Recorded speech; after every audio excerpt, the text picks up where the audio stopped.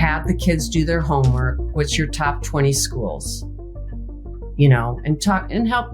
Your parents can help you with that. Have you emailed them? Have they seen you? I said the main thing the coaches want to do is to see you and to know whether you can make a difference on their team. And so I do recruiting videos as well in my gym. Oh, okay. So we do recruiting videos, and I said, okay, then attach this to those 20 schools and say, this is me training with Cathy Noth or whatever. Mm-hmm. Because their job is to try to get the coaches there to see them. And I think that's a big hurdle when somebody's struggling to have playing time.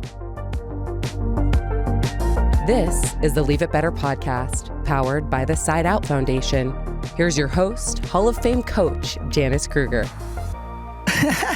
This is the Leave It Better podcast. My guest today is a incredible person that I've watched and admired for so many years. Cathy, you were a former setter on the national team for 4 years. You were an alternate to the 1988 Olympics, where you got to go to Seoul, Korea. And I believe you were playing for Terry Liskevich at that time. And that was a bit of a rebuilding kind of time from the 84 Olympics. You own, I'm going to say you own, the Train Like an Olympian. Yep, go right ahead. And there you teach individual sessions, team sessions, everything and anything related to volleyball and how to become competitive and the best you can be as an athlete. And I think one of the things that in reading about you, it's like it is so important for you in the teachings of skill and leadership and mental toughness is that athletes find themselves, but also have a really positive experience. So I welcome you today, and we'll talk about your past, maybe some challenges, your Train Like an Olympian program, and maybe we'll get into some Nebraska stuff because, you know, you and I are kind of deep into that. Go Huskers. So thanks for being on the show today, Cathy. Yeah, I am so excited. I think we go way back. We do. But I think I'll just get started by the many coaches that I've had. Yeah. Since the beginning in Bettendorf, Iowa. Yeah. My coach, Diane Selenick, she was a great role model. Role model. Good coach. But more than anything, I needed a good mom figure because my mom had died. So that was a good coach. Then went on to Bruce Rasmussen. He coached me in basketball. That's when we played 6-on-6, Janice. You bet. I used to watch it. Yeah. And Bruce went on to be a successful athletic director at Creighton. Oh, okay. And then, of course, had Terry Pettit. Terry Pettit really led the way for me. Came as an outside hitter at Nebraska in 81. And after my sophomore year, Terry said, I'm going to make you a setter. Oh, gosh. And I'm thinking, with these hands, well, you know, Terry's remarkable when it comes to training. And he told me I had quick feet, I had good balance. You know, I just need to train my hands. So that's what I did, about set 500 balls a day, trained my hands. And then my junior year, I set and hit for Nebraska. And what a thrill to do both of those. Yeah, in a 6'2". 6'2" system, right? In a 6'2", yeah. So went on to have Terry and then went right into the trying out for the Olympic team. One of my special moments is my dad and I driving to Colorado Springs, trying out for the 88 Olympics. And that's when all the women retired in 84, like Rita Crockett, Debbie Green, And I made it. Yes. I remember that big news. My dad bought me this really nice USA Olympic jacket. I was just flying high. I was flying high. So went out to San Diego and trained Terry Liskavich. Mm-hmm. I loved his coaching style. He had to make a tough decision for me. I had torn my knee up a year before the Olympics. And so it was between me and Leon Sato to be one of the 12. And he brought me into his office and I thought, oh no, here we go. And of course he goes, Cathy, you've been wonderful to coach. You're hardworking. You know, all these things I kind of really know, but it's nice to hear. Yeah. I just wanted to hear, did I make it or not? And, and he goes, you know, we're taking Leanne. And in that point in time, Janice, it was, am I going to get really mad? Am I going to cry? You know, I just, and that point in time, I just thought, man, I experienced it all, you know, and right when I was thinking all that, before I even said anything, he goes, well, we're going to take the alternates. I'm like, awesome. I'm in. I am in. So had Terry Liskavich, but all my coaches have been great mentors and kind of shaped me as a coach, you know, what I want to keep, what I don't want to keep. And it really evolved into train like an Olympian.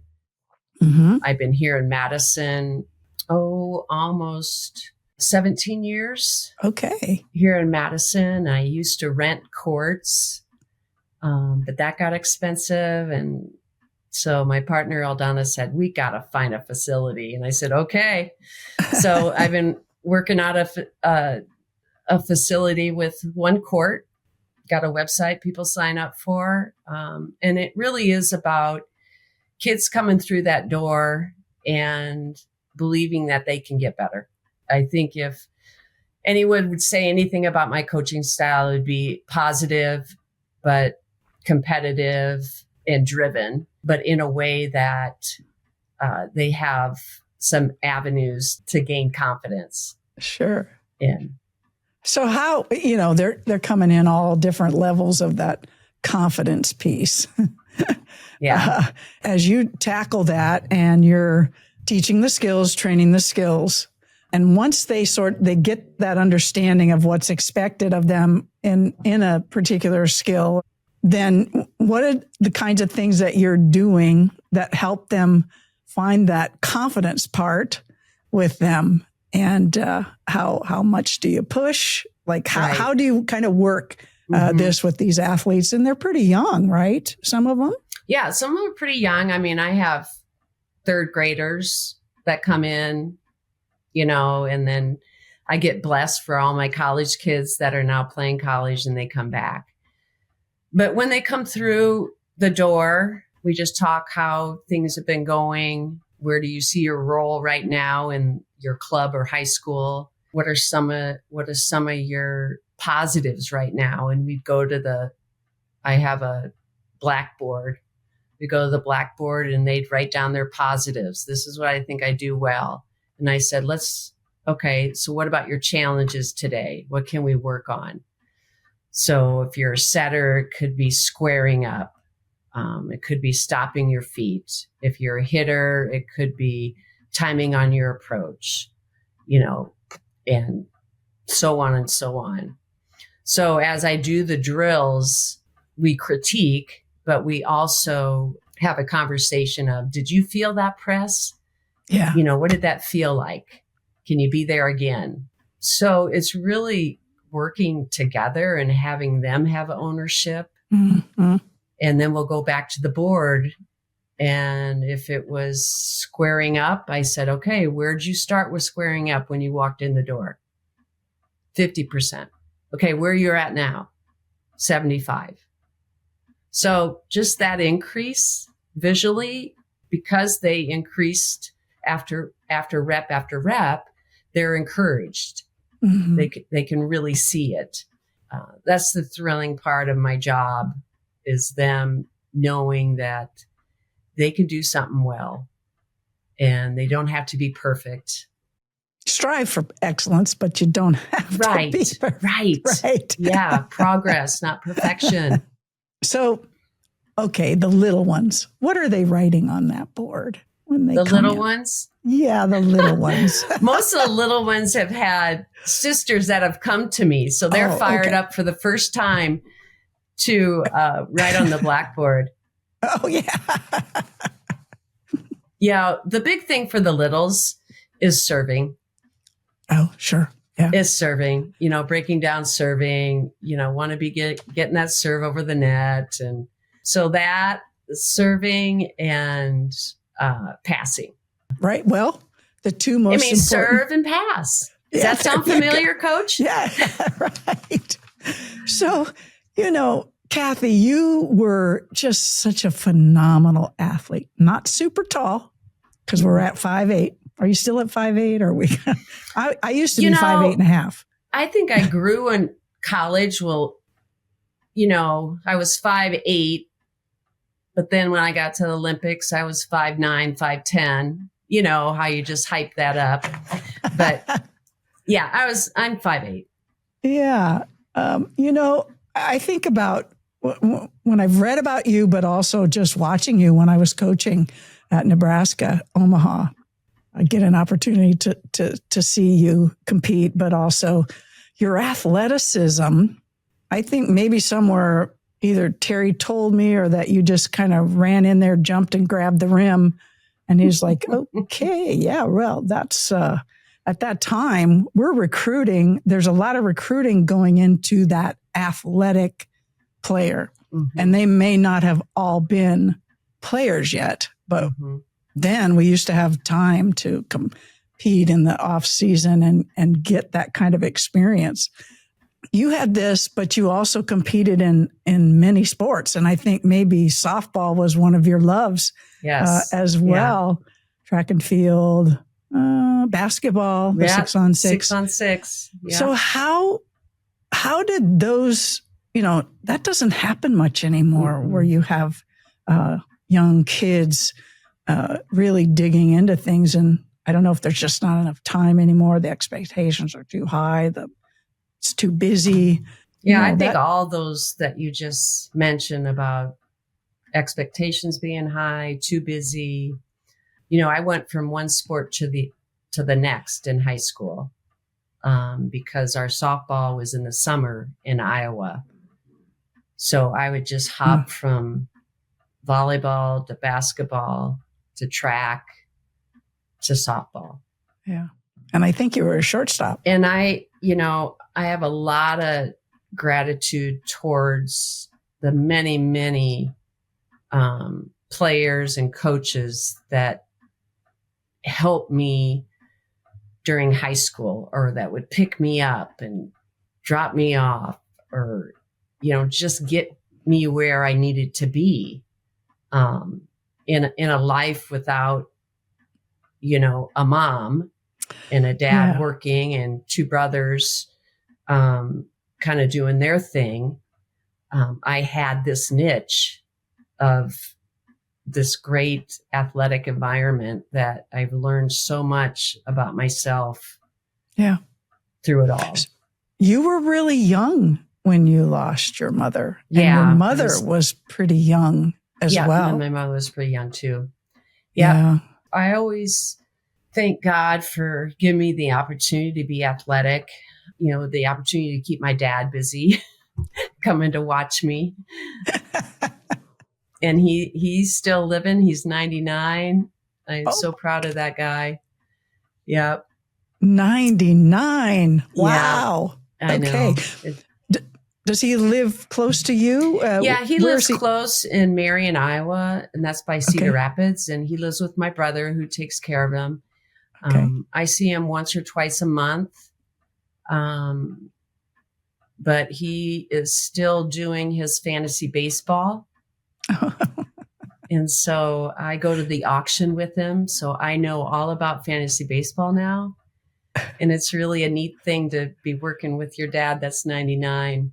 Yeah. So What did he do when he was younger? What did he run a business? Was he connected to farming? Dad, he worked for John Deere eventually for 20 some years. Yeah. He was really good with computers and numbers. Okay. He'd work the third shift. I remember that because we had to be really quiet in the house so we could sleep. I'm just thankful that he just continued to provide and raise 3 kids. Mm-hmm. And then he came on most of my trips. Yeah. Well, I'm really thankful that you chose to be a Husker. Yeah, I could have been a Creighton softball player. Yeah, I read that. That blows my mind. Yeah, but not until I set foot at Nebraska and my goals of trying to be on the Olympic team. And remember asking Terry on my visit, Terry, am I able to play softball? And he goes, well, let's just wait 1 year with volleyball and see how that goes. Oh, Yeah. I think that went really well, didn't it? It's like delay the Yeah. answer. Let her fall in love with this stuff first, right? Yeah. So Terry, he's very analytical in how he looks at things. Mm-hmm. The two of you together as coaches seem to be a really good fit to capture things that were all necessary to have the success. And actually, you guys, in what was it, 90? Well, you got 95. to the 95. You won the National championship. National championship. Yep. Yeah. Yeah, we certainly were true strong bookends. Terry being analytical and the X's and O's, me being really personable with the players and seeing some moves maybe Terry wouldn't see because he was busy on the other side of the net, with the setting training that he provided to me that I can pass on. And then just the relationships as a head coach, he, certainly wanted to do all the head coach thing. And I kept the positive personality and just be myself. Actually, that's all I had to do. I was just going to say, now, wait a minute. And it wasn't hard work. No, no. Yeah. And I think that is also one of your major attributes is you're just a wonderful person. And I think your gratitude towards things is a part of that. And just your exceptional ability to sort of grasp things when you see people and you can kind of have a sense. And it's that emotional intelligence somewhere in there.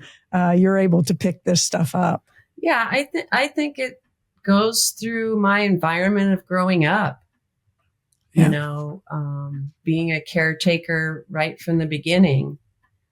And I get excited, at 62 right now when someone shuffles and doesn't cross their feet, it's just amazing, what keeps you going. And I like the one-on-one contact, back when I was coaching at Nebraska, you had certain rules you couldn't do or so forth, but you could really, really get them good learning experiences in life through one-on-one practice as well. Sure. Yeah, I think it might have been Terry that said something to the effect that you were one of those coaches that had the ability to really work well with the beginner, but all the way up to the pro or the Olympic level, being able to teach and see what it was that they needed. Like doesn't happen a whole lot. There's people that like the youth, the really young, and then there's the people that like, they kind of know stuff already. Well, it's certainly helpful when I went through it myself, and then all my great coaches, in both Terry Liscavich and Terry Pettit, Stephanie Schluter, I coached with her. Ruth Nelson's been a great mentor. Did you coach with Ruth? I didn't coach with Ruth, but she coached me. in 1984 on the national team. Yeah. So just from that standpoint, gaining insight, attention to detail, patience, to see a kid frustrated and make sure that they respond in a way that they can get back on track. I think the most difficult thing for me when I do a lesson, and this is a rarity, is, when someone gets really frustrated and, in a lot of tears. Mm. So you have time to work with that person. You don't look at your watch and say, oh, time's up. It's like you try to work these things out. What's a strategy you use when somebody is just dealing with frustration and they get to that point? I mean, that's a beautiful time. Yep. A lot of strategies. One is a deep breath. Just get them relaxed. The other one is close your eyes. Remember a time when you were just passing and setting and doing really well. And then I said, let's do about 10 reps and see where you're at. So you don't go back and blast, 100 balls at them. And you just take it slow. See, that's it. That's it. Mm-hmm. You just made that move. You just held that platform. So just get them back into who they are before they, go down that rabbit hole of I'm not good. I've seen, the female athlete and for sure the volleyball player, but all athletics right now for the women. There's been so much improvement and so much growth. And it's in their confidence. Like, I absolutely love watching these young women play volleyball. Mm-hmm. And there is, the team's confidence, the individual player's confidence. And I'm sure that's directed to a lot of this youth training that kind of sets them up. Mm-hmm. So parents, the role of the parent, what kinds of guidelines do you have, if any, for parents to know their role with working with you and their daughter or son, that you really work on with them as well? Well, the parents are really active in getting all the lessons on the calendar and so forth and making sure that they're in the gym. My rule of thumb is that if they want to stay, I ask the player. Oh. And they could say, I don't care. Or I'd rather you leave, Mom. Go shopping. For me. Yeah. And there's been a handful of times where a parent is starting to maybe say something to their son or daughter, and I'd ask them to be quiet, in a way that, only I can say, or leave. Mm-hmm. I think for me, most of the players' development, I want that to be their development, not to have their parents hovering over them, but they can own that part of their development. Yeah. And so I try to create that atmosphere of the parents are shagging. I talk to them kind of in between for water breaks. They don't talk to their daughter, but everything's really comfortable and fun. And they understand that. Yeah. I remember those really eager parents that would grab the ball and you're doing a hitting drill and they'd roll it underneath the hitter's feet at the net. I'm like, no. Yeah. I'm sure you have a system. Shagging 101 is helpful. Okay. Yeah. What perspectives did international competition give you about volleyball? I mean, you guys traveled quite a bit in the 4 years. Yeah. I don't know about you, Janice, but as the years go on, it seems like another life. Yeah. It seems like another life.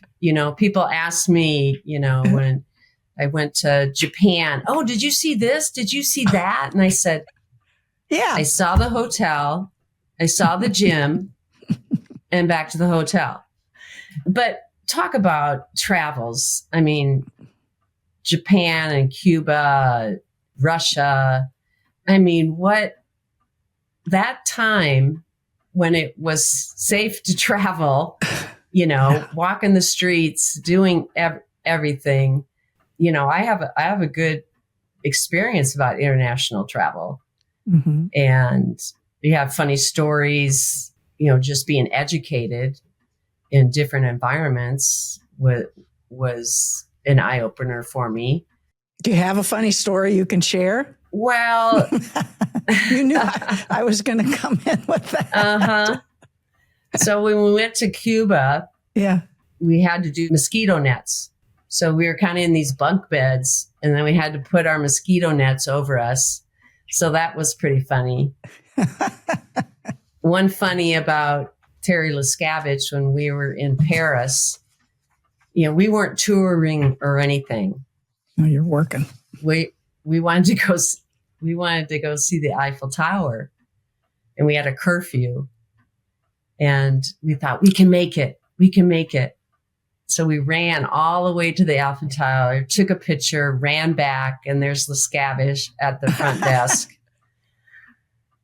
And I'm not sure how he reprimanded us, but you can have a look. So he looked at us like he was super disappointed and just pointed upstairs like, get up there.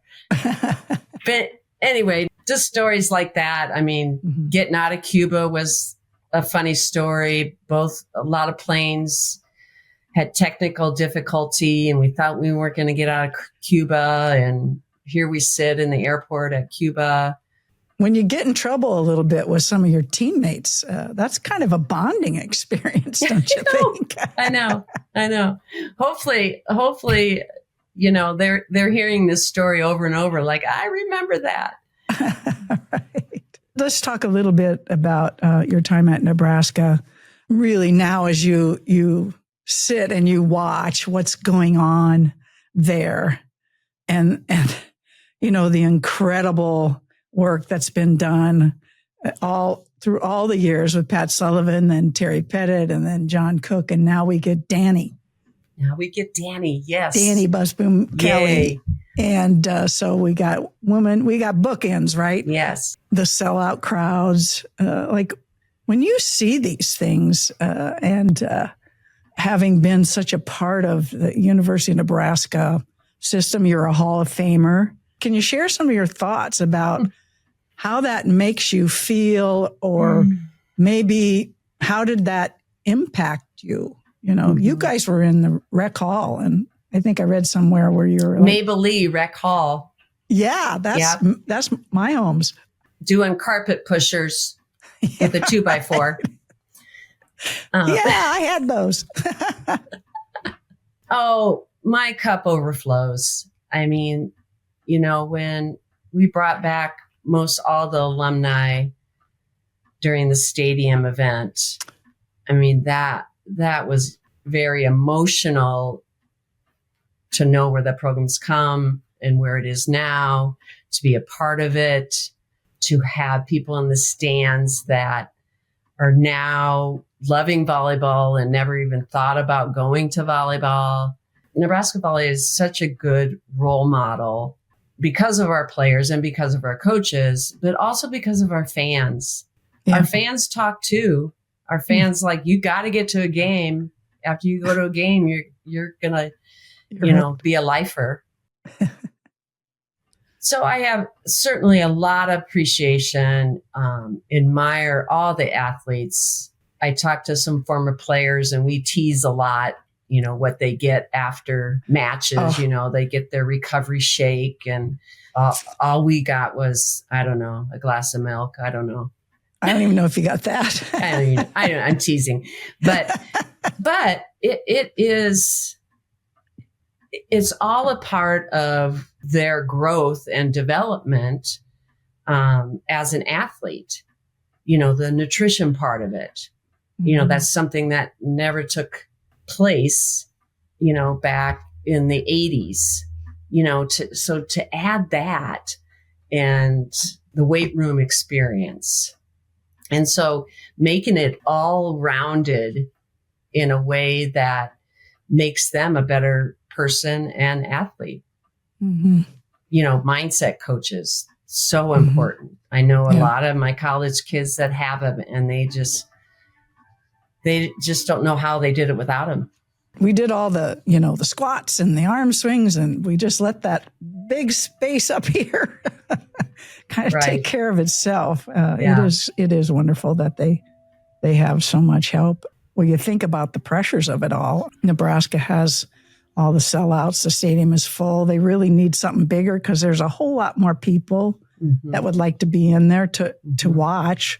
To get tickets is pretty challenging. John Cook, he did a tremendous job of just orchestrating everything in place and building everything in place. And to hand it off to Danny was just a beautiful move.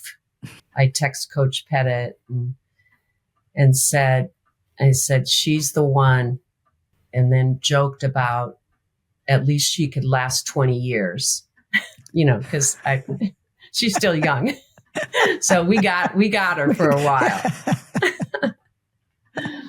Yeah, she's a tiger. Yeah. I think there's a story, since we're kind of talking about that real quick, there's a story that John told about Danny when she had something similar happen to her, where she was a setter, and then John said, I think I'm going to turn you into a libero. Libero. Mm-hmm. Same thing happened to me. I was a hitter. And then in my senior year, they were like, well, you're going to probably set. Yeah, wow. So Danny gets so upset that she disappears for 3 days. Isn't that something? Wow. She was, And then she came back and she vowed to do her best. And then I think they won a championship that year. But anyhow. Yeah, that's a great story. Yeah. The love of the sport and what you can gain, what you can sacrifice and still have rewards, and it all comes around.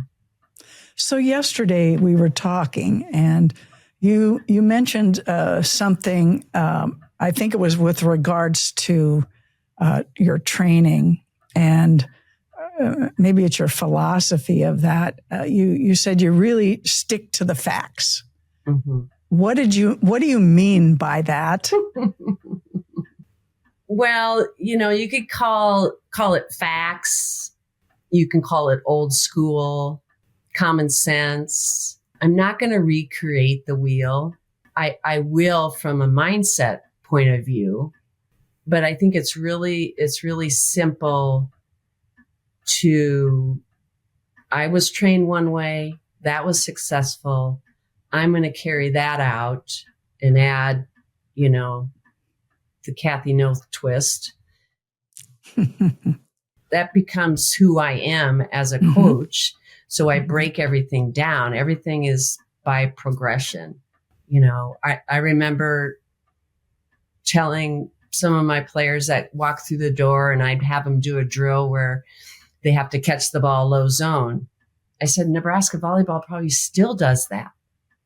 It's the simplest things. And, setting has evolved with 1 foot and all that. And I was a little leery about that, but understand it and study it. And my philosophy on that now is if it's outside the 10-foot line, if you can get your right foot down under the ball, you go for it. If not, you're squaring up. So those are the only things that alter for me, that I have to see the results, the positive results, before I start implementing them into my practice. Yeah. Yeah, I remember progressions. That was the name of the game. And it still should be. And then I think there for a little bit, coaches got into the game teaches the game.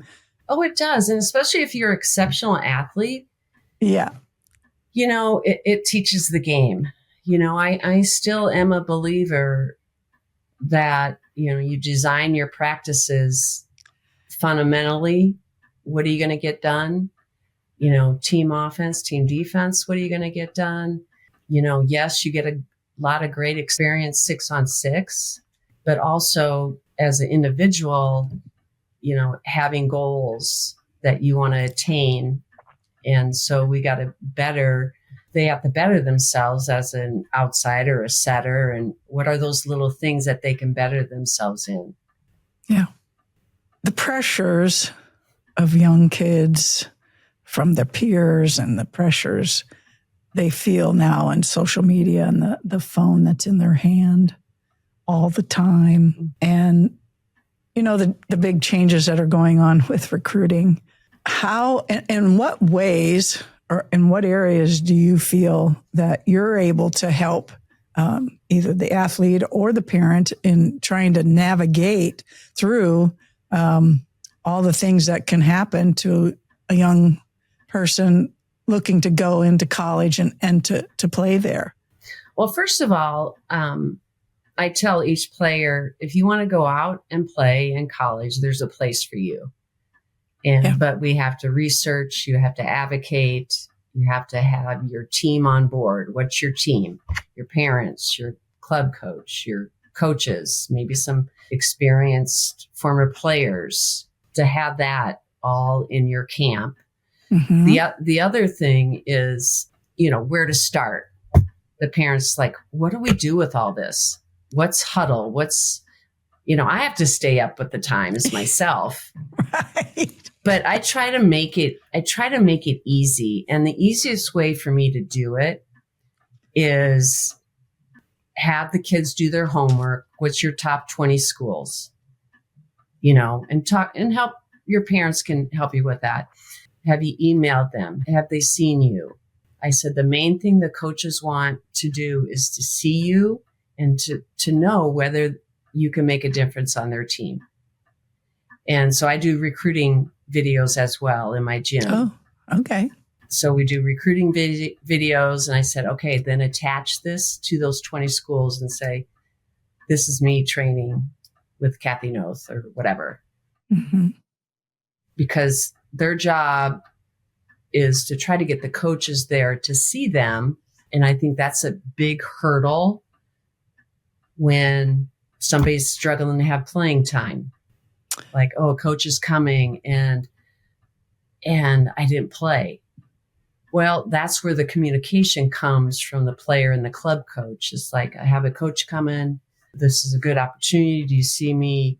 Can I get into play? There's just always a struggle to market yourself. Yeah. But I think the parents really want to, they just tell me, I have no idea about this. So I meet with the player first and do the groundwork of schools, how to ask questions to coaches, how to get an official visit. Then I bring the parents in. How can they help her or him with that? I coached some males too that went on to play college. So it's, I want to keep it simple. I don't want to, tell them about, you got to make sure that's the right school because, you don't want to go in the portal, so it's just being really intentional about what you want in a school, get to that campus. How's it feel? And they always well, how will I know? I said, well, that's in you. That's in you. I can tell you go to that school and you love it, but you go to that school and you don't love it. So there's something about it you didn't like, but you'll know it. And lo and behold, that happens. That happens. Yeah. It's just I just took a visit and I love that school. Yeah. Yeah.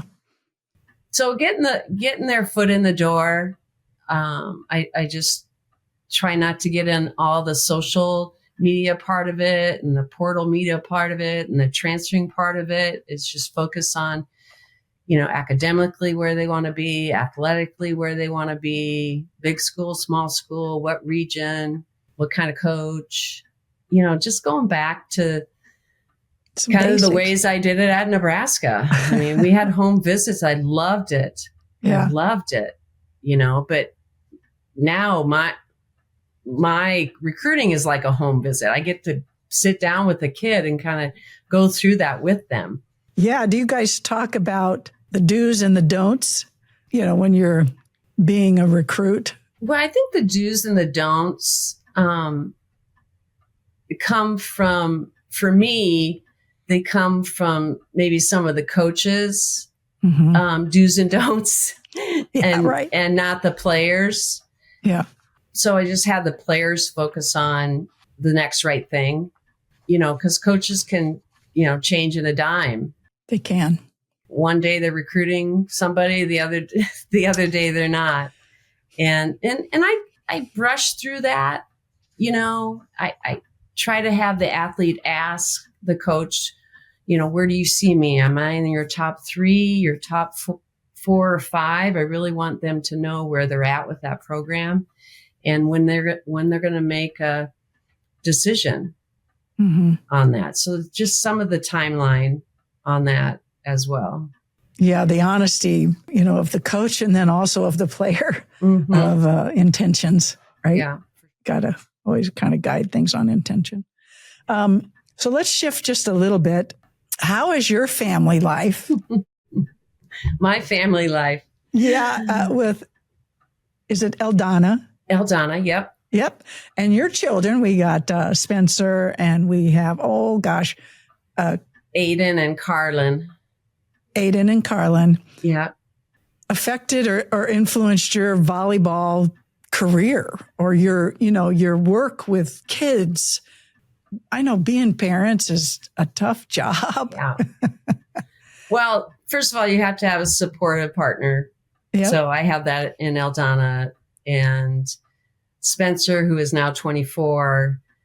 He was kind of a little gym rat. Imagine that. Back when. And then we have twins that are in middle school, so they're going to be entering high school.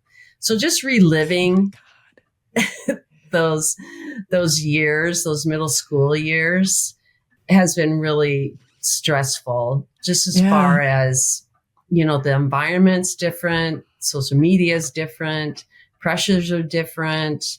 So just being with our kids and help them make good decisions and still have fun and have that one good friend that's going to have their back. And, let's get over middle school and get on to high school.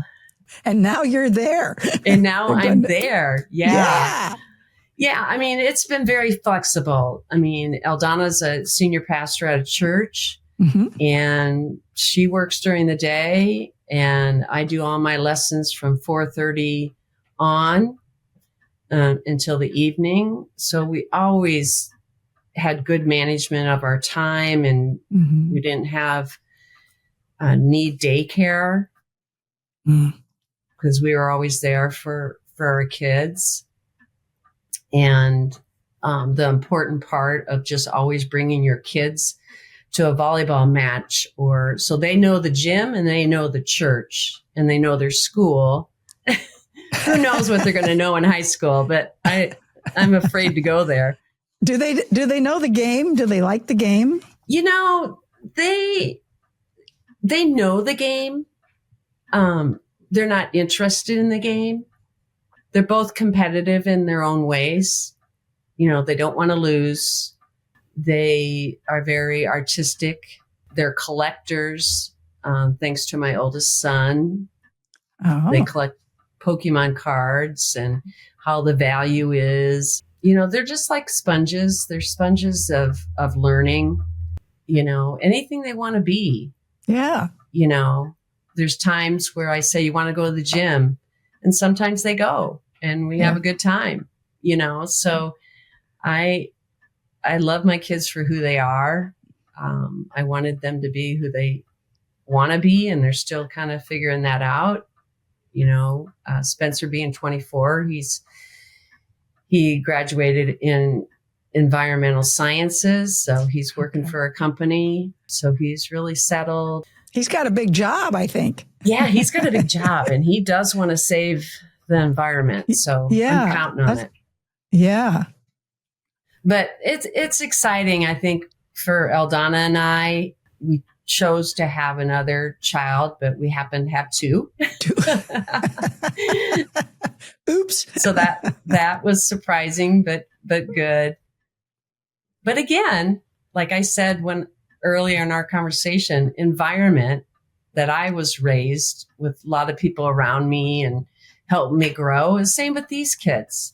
Yeah. You know, they have the church environment, they have the volleyball environment. I mean, it's just a good group. And that's all we ask is they be around good people and make good decisions, you know, be kind to one another.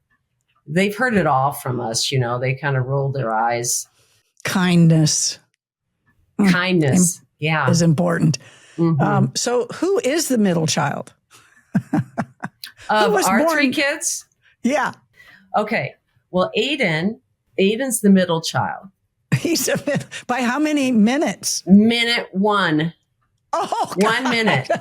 And he lets his sister know.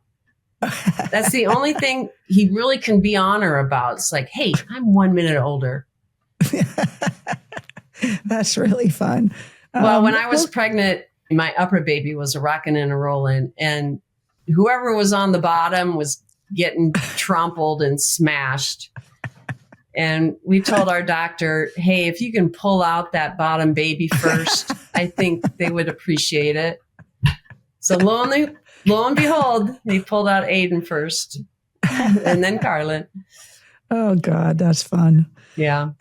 So, Cathy, you know, we talked about a lot of different things, and what would you like to let people know, if anything, that I haven't asked you about, but it's important for you to have an opportunity to say, you have the floor. Sure. So. Thank you. Thank you. Well, I'm not going to get up and do a dance move or anything. I love dancing, but I won't. I think the most important thing is, you know, not a lot of people know my background personally, but it was a struggle not having a mom and a lot of expectations led to some addictions in alcohol and eating disorder, trying to be someone perfect, you know, knowing I didn't have to be perfect, but that in my mind, a lot of people go through that, especially in volleyball. They, you know, I want to be perfect. So learning how to be vulnerable, learning how to reach out when you need help. You know, I'm 7 years sober. So a lot of people don't know that. You know, I think after I had my twins, it was really emotionally really hard. Didn't know if I'd be a good mom, a good partner, good volleyball coach. And there's still doubts. I mean, we all fight them. But what's the strategy to overcome them? And I think that is my life lesson for my players is overcoming, you know, challenges and how to take them step by step. And the tools that you have a lot of tools. And sometimes you don't know that until you start opening up that box. So I'm really thankful that I opened up my box and I'm doing what I'm doing right now, which is great. Well, you've said several things today. One of them is that community, people around you, and that is so important. I thank you for being on today and joining me. Thank you. This is such a treat. I just admire you for all the things that you have done and are doing. I got to keep looking for those setters you're going to send out into the collegiate ranks. So I know. That's right. Where any player, really. Any player. Any That's player, right. yeah. Any player. So, yeah. Yeah. And, Well, Janice, I appreciate you asking me, yeah. and likewise, you've done so much for the volleyball community, and that's the uniqueness about coming full circle with you. You know, with John Cook, when I first got back to Nebraska in 1988, he was Pettit's assistant. Yeah. So, I mean, how that all comes around. So you have them for life, Yeah. and we're so blessed. Yeah, that's right. I'm overflowing with my Nebraska stuff. Yes. Where I'm Yes. from. Go Huskers. Thank you for listening. Please share your feedback with us at side-out.org.